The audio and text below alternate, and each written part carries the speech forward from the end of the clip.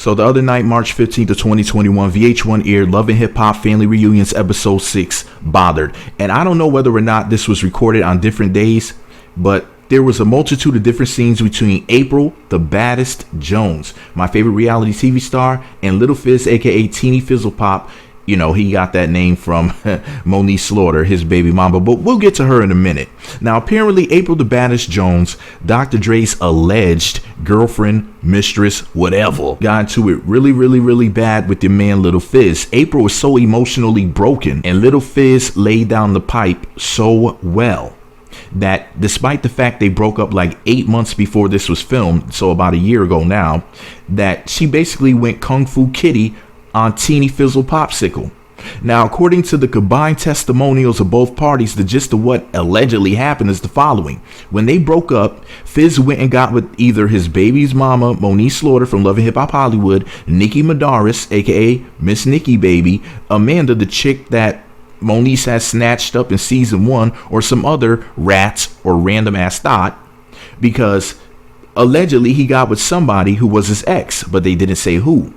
Now, some of you might be thinking, well, what about the goddess of seafood sauce? My wife, Tiffany Campbell, aka Miss Tiffany Sauce. Y'all better buy you some. It's really good. Even Ari Lennox is out here telling the world that it's like, it's just so delicious that it make you want to just kick your mama in the groin. I heard that that's how good her seafood sauce is. Seriously. Well, my wife, Tiffany, told y'all on YouTube and Instagram that her relationship with Lil Fizz was all for TV. It was just for a check. So that can't be true. It can't be Tiffany Campbell. So the whole marriage boot camp thing with Tiffany and Lil Fizz, that whole ordeal was for the almighty dollar.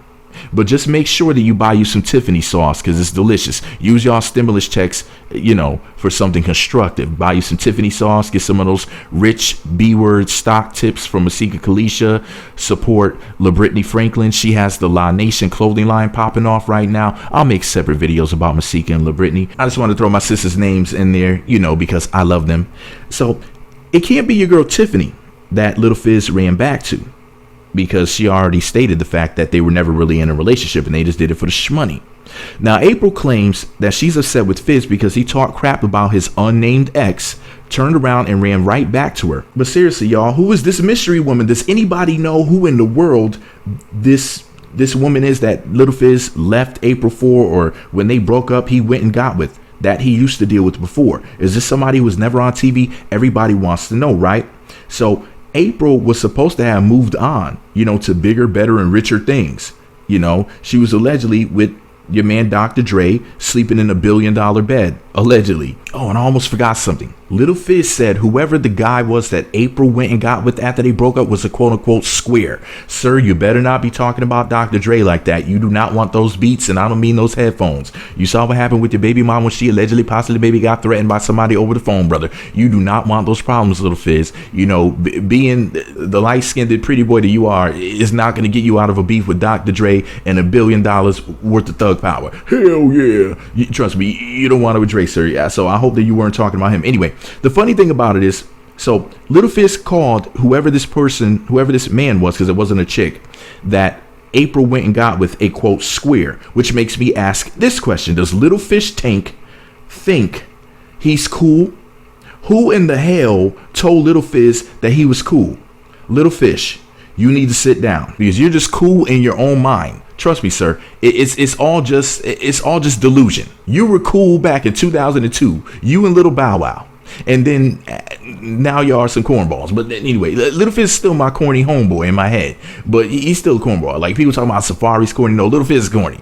Safari's okay-ish. Straight. Now I'm just playing. Safari is that dude. I'm just joking with y'all. But seriously, Lil Fizz. Now this show is the only thing that's technically keeping Lil Fizz popular or relevant, and it's only due to a technicality because it's on a major network, VH1, which is under Viacom. Lil Fish seems to think that he's the star, I guess, of the show. I mean, I guess he thinks he's popping or thinks he's a star, period. Now this fool went from bump to bum. Yes, he fell off. He fell off the wagon a long time ago, y'all. Like Lil Fizz is like 20 years late to the party. He's like in Demolition Man when Sylvester Stallone woke up out of cryostasis. He got up out of the ice. He was like, "Oh my God, what year is it?" And they were like, "Yeah, it's like 2050. Oh my God, or 2030 or whatever year it was. The point is this, you know what I mean? Like, it's like he woke up in the future, was like, I'm still cool, right? Nah, Negro, no. I mean, there's a grading scale when it comes to celebrities, like from A to Z. And with that said, I rate Lil Fizz a S celebrity. I mean, where else would I rate him? He's technically more relevant than any of the cast members from Black Ink Crew Compton, which is the bottom of the barrel. So what type of celebrity do you people who are listening to this rate Lil Fizz? Is he a S celebrity like I think, or do you think he's higher or lower on the scale? I need y'all to let me know in the comment section, okay? Say Lil Fizz is a whatever letter celebrity. Anyway, so Apryl claims that Lil Fizz only went back to his ex to spite her, which made many believe she was referring to Moniece Slaughter. However, she's not thinking about Lil Fizz. Moniece moved on to new peen and all types of new things. You know what I'm saying? She got a new house. You know, she might get she might get her chest redone. Who knows? She might get a new tooth. I don't know.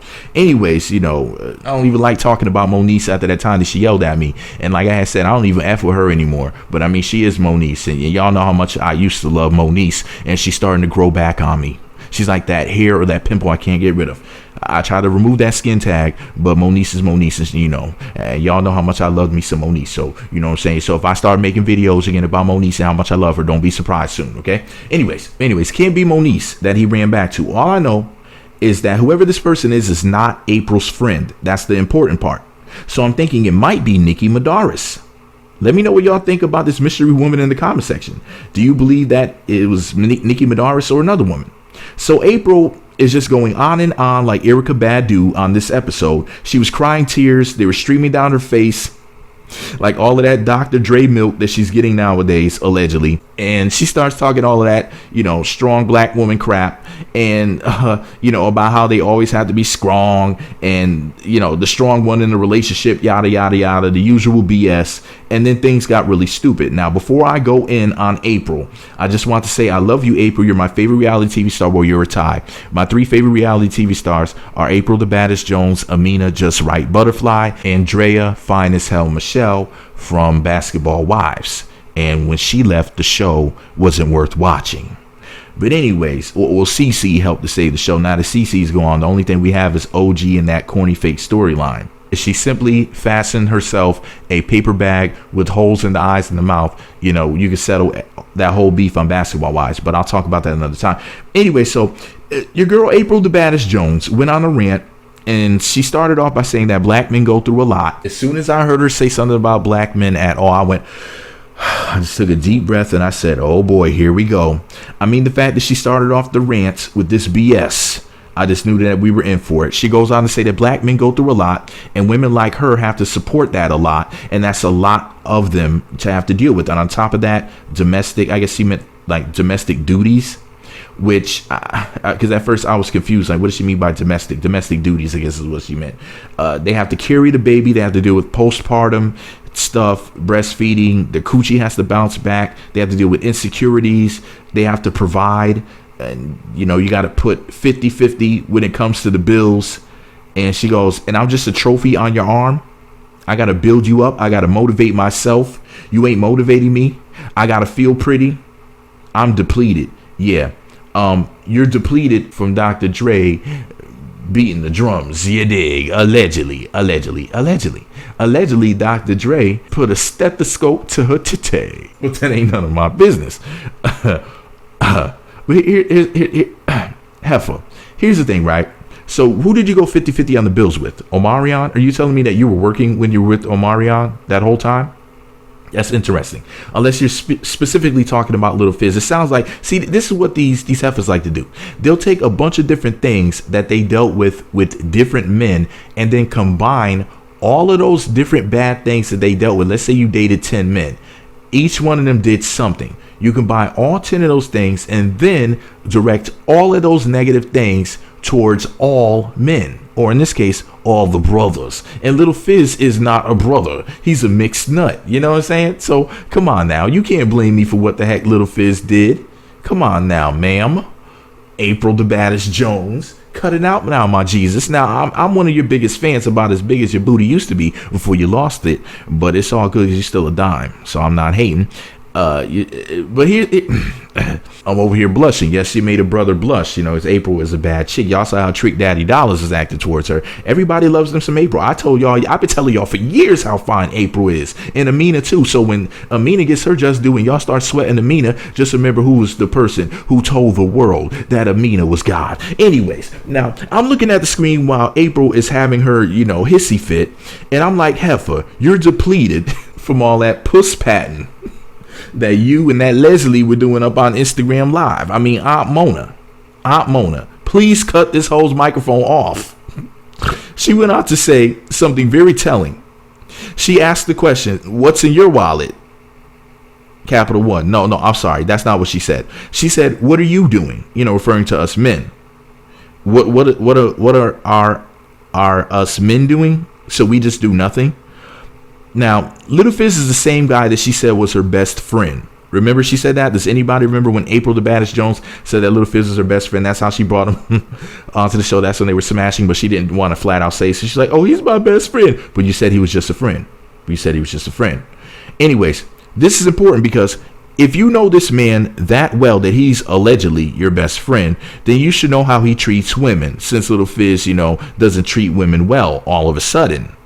You know, now you just figure that out. You had to date him to figure that out. You could figure that out from a distance. Even though women have all that intuition and women are so smart. Now, I'll post the video later, but I remember Monique Slaughter being on Instagram Live saying that Lil Fizz was living with her and her family. Lil Fizz served her some papers, if I'm not mistaken. I'm pretty sure it was for the custody of Cam while he was living with her and her family. Now, that is some foul, mixed Negro nut news, allegedly.